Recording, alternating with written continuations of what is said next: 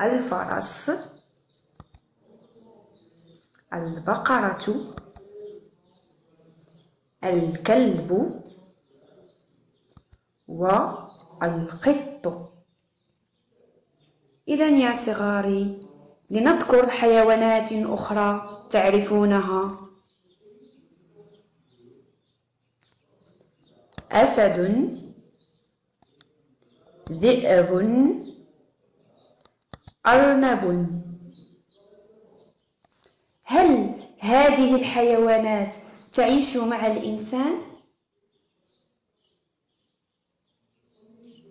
طبعا لا، هناك حيوانات تعيش مع الإنسان، مثلا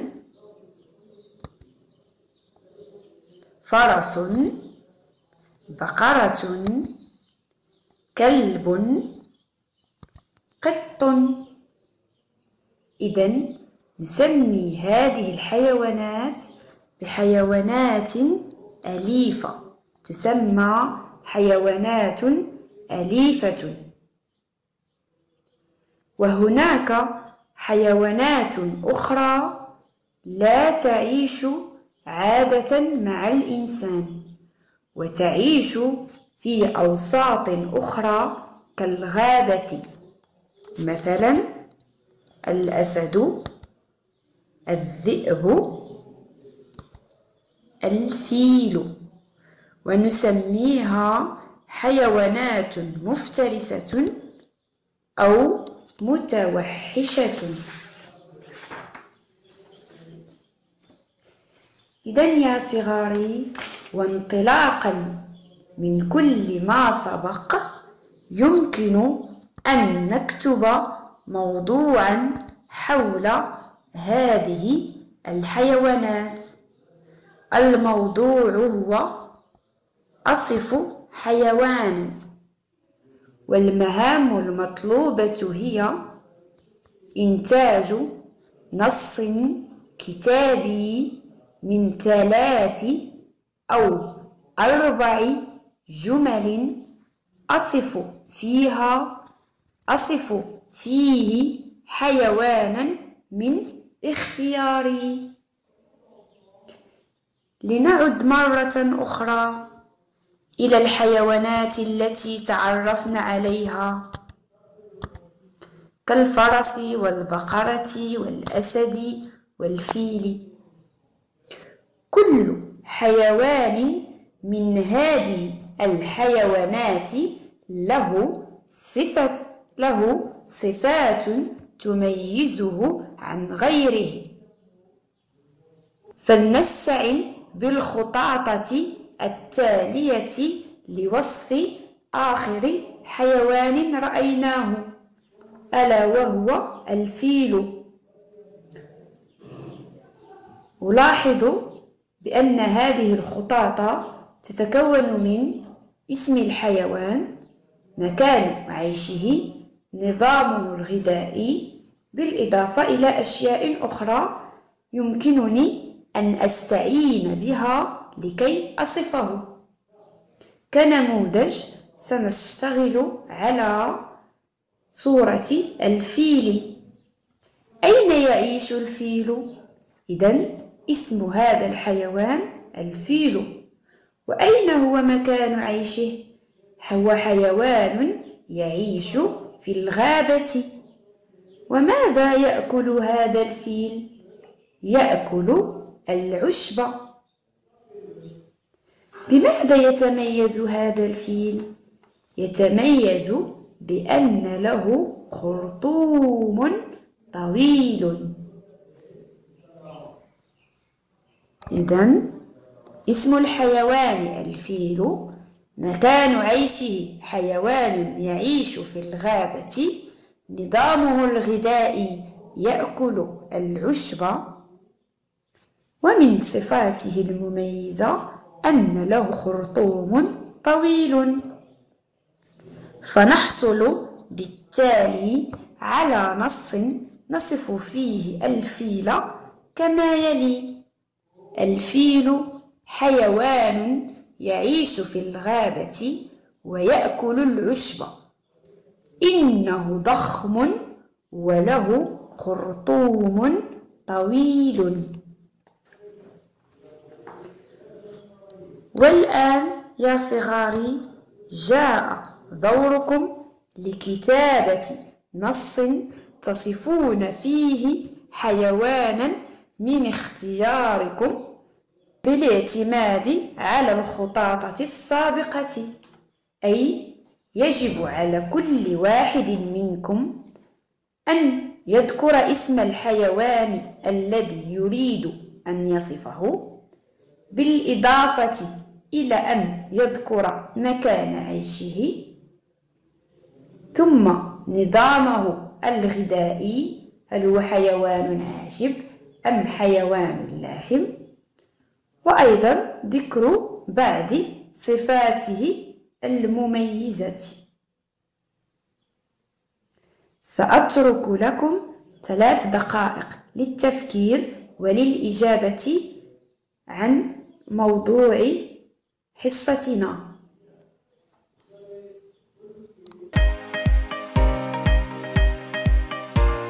أحبائي الصغار، مرحبا بكم معنا في درس اليوم. لكن قبل ذلك دعونا نتذكر استنتاجنا من الدرس السابق. عرفنا أن الحيوانات متنوعة، وبتنوعها تختلف أوساط عيشها، وميزنا بين 3 أنواع من أوساط عيش الحيوانات: وسط بري تعيش فيه حيوانات نسميها حيوانات برية مثل الخروف، وحيوانات تعيش في الماء نسميها حيوانات مائية مثل السمك، وحيوانات تعيش في البر والماء نسميها حيوانات برمائية مثل الضفدعة. أما الآن أعزائي الصغار، لنستكشف معا موضوع درسنا اليوم. شاهدوا معي هذه الصورة. ماذا نلاحظ فيها؟ أبقار ترعى العشب.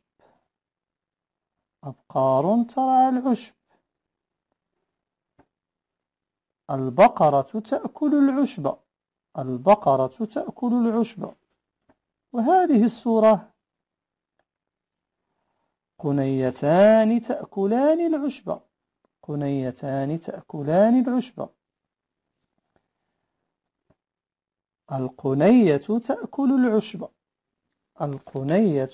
تأكل العشب.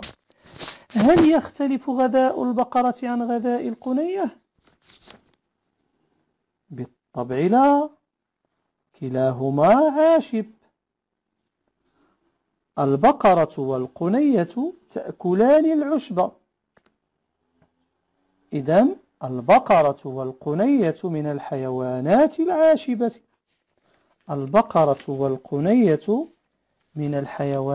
العاشبة. هل تعرفون الطريقة التي تحصل بها الحيوانات العاشبة كالبقرة والقنية على غذائها؟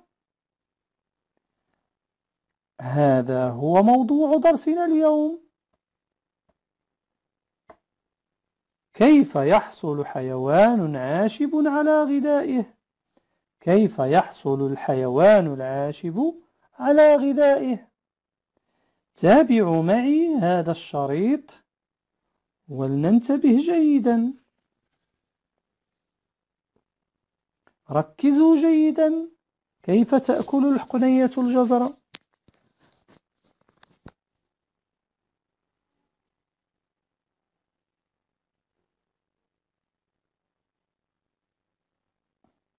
لاحظوا معي كيف تقتلع البقرة العشب.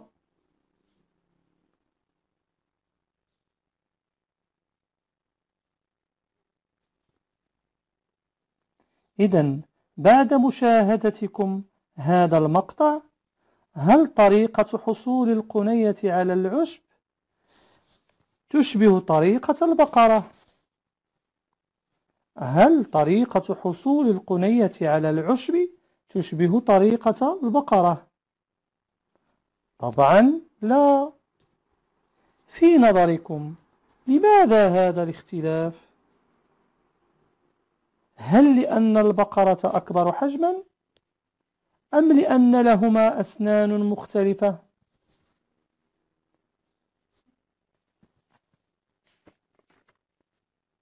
شاهدوا الصورتان وقارنوا معي جمجمتي البقرة والقنية.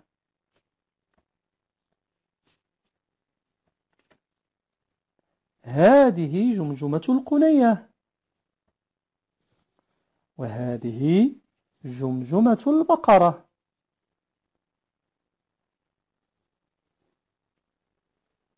لاحظوا معي جمجمة القنية ما بها؟ للقنية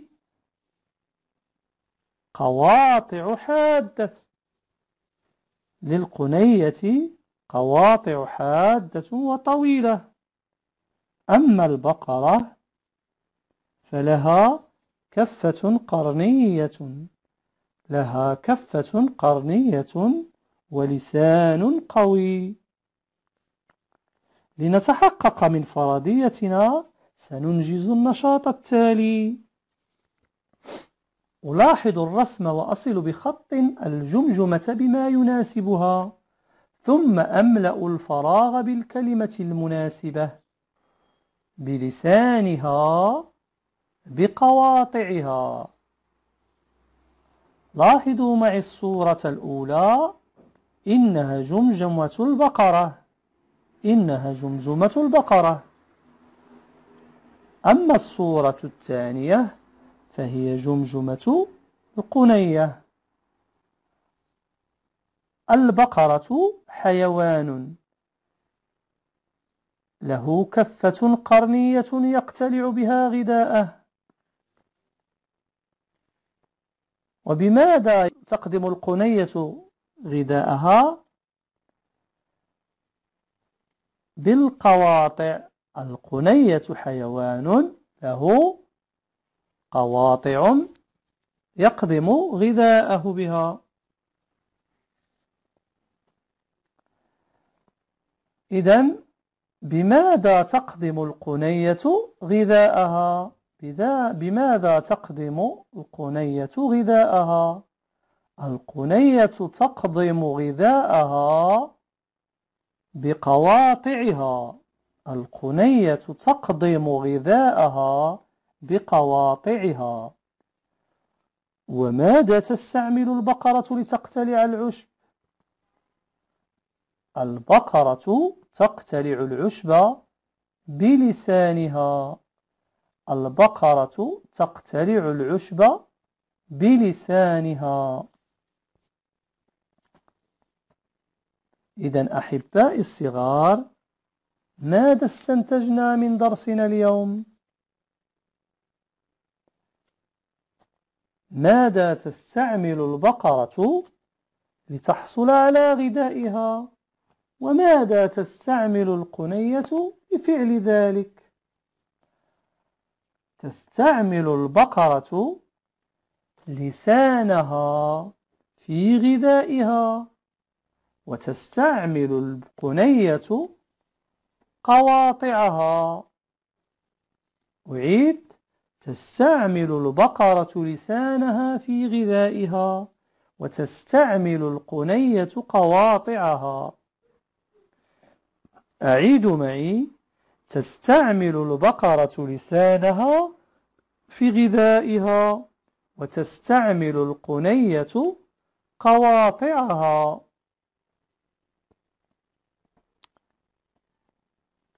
ولنستثمر ما تعلمناه دعونا ننجز النشاط التالي. أرتب مراحل اقتلاع البقرة للعشب. إذن سنرتب صور اقتلاع البقرة للعشب. في نظركم أين هي الصورة الأولى، ثم الثانية، ثم الثالثة؟ إذن الصورة الأولى البقرة تستعد لاقتلاع العشب بلسانها. البقرة تستعد لاقتلاع العشب بلسانها.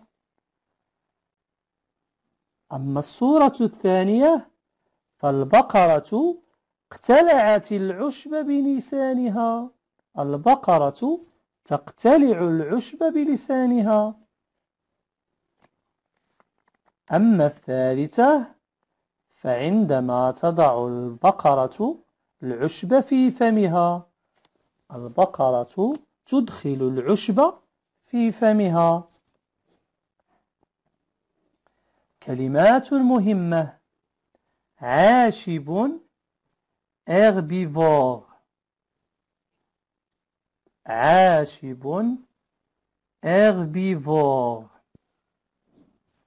قاطعة incisive، قاطعة incisive.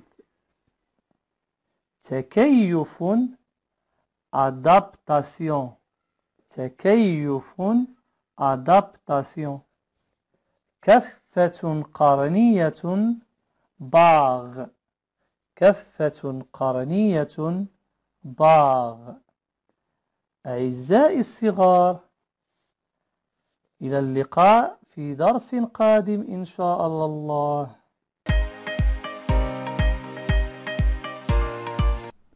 Je vais vous présenter quelques animaux et à chaque fois, vous allez me dire si c'est un animal de la ferme ou un animal sauvage qu'on trouve dans le zoo. Regardons le premier animal. Qu'est-ce que c'est? Vous l'avez reconnu, bien sûr. C'est l'éléphant. Bravo, c'est l'éléphant. L'éléphant est un animal qui vit dans le zoo ou dans la forêt. Donc, l'éléphant est un animal sauvage. L'éléphant est un animal sauvage. Le deuxième animal, c'est le petit lapin. Regardez ce petit lapin. Il est vraiment mignon. Alors, le lapin, c'est un animal qui vit avec nous à la ferme ou bien on le trouve dans la forêt et dans le zoo? Bravo, c'est un animal qui peut vivre avec nous à la ferme. Donc, le lapin est un animal domestique. Le lapin est un animal domestique. Le troisième animal, le lion. Vous l'avez reconnu. Le lion, c'est le roi de la forêt. Donc, c'est un animal qui vit dans la forêt et on peut le trouver aussi dans le zoo. Donc, le lion est un animal sauvage. Le lion est un animal sauvage. On va passer maintenant à la deuxième série d'animaux. Regardez bien cette image.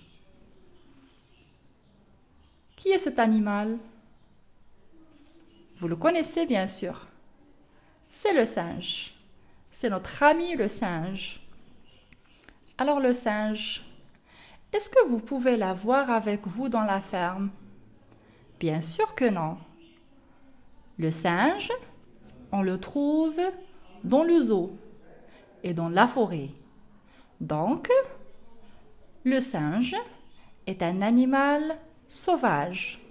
Le singe est un animal sauvage. Et voilà l'oie. C'est parmi les oiseaux. C'est un oiseau.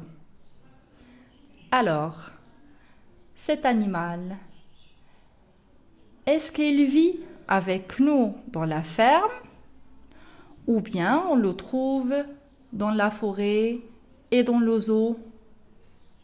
Très bien. C'est un animal qui peut vivre avec nous à la ferme. Donc, c'est un animal domestique.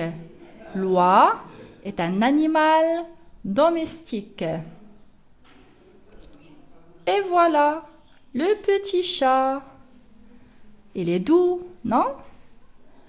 Alors, le chat, il vit où? Avec nous à la ferme ou bien à la forêt et au zoo? Très bien. C'est un animal domestique qui vit avec nous à la maison, à la ferme. Le chat est un animal domestique. Le chat est un animal domestique. Oh, regardez ce gros crocodile. Regardez comment il est sa bouche. À votre avis, est-ce qu'il peut vivre avec nous à la maison ou à la ferme? Bien sûr que non. C'est un animal dangereux. Et il vit dans le zoo et dans la forêt. Donc, c'est un animal sauvage. Le crocodile est un animal sauvage. Je répète, le crocodile est un animal sauvage. Et voilà le cheval. Vous l'avez déjà vu? Bien sûr que oui. Et où est-ce qu'il vit? Il vit à la ferme ou on le trouve dans le zoo? Bravo! C'est un animal qui peut vivre à la ferme. C'est un animal domestique. Le cheval est un animal domestique. Et voilà le grand ours. L'ours, le grand gourmand qui aime le miel. Alors, à votre avis, est-ce qu'on peut avoir l'ours dans la ferme? Ou bien c'est un animal qui vit dans les forêts et dans le zoo? Bravo! C'est un animal qui vit dans le zoo. Donc l'ours est un animal sauvage. L'ours est un animal sauvage. Et regardez maintenant cet animal. Qu'est-ce que c'est? C'est notre ami l'âne. L'âne qui aide beaucoup l'homme. À votre avis, c'est un animal qui vit avec nous dans la ferme ou bien un animal qui ne peut vivre que dans la forêt et dans le zoo? Bravo! C'est un animal qui peut vivre avec nous dans la ferme. Donc, c'est un animal domestique. L'âne est un animal domestique. Bravo! Et la vache? La vache qui nous donne du lait et de la viande, du beurre aussi. À votre avis, c'est un animal sauvage qui ne vit que dans la forêt et dans le zoo ou bien un animal domestique qu'on peut avoir à la ferme? Très bien, c'est un animal qui vit avec nous à la ferme. Donc, la vache est un animal domestique. La vache est un animal domestique. Et voilà notre ami la girafe. Elle a un très long cou. À votre avis, c'est un animal sauvage ou un animal domestique? Très bien, c'est un animal sauvage qui vit dans les forêts et qu'on peut voir aussi dans le zoo.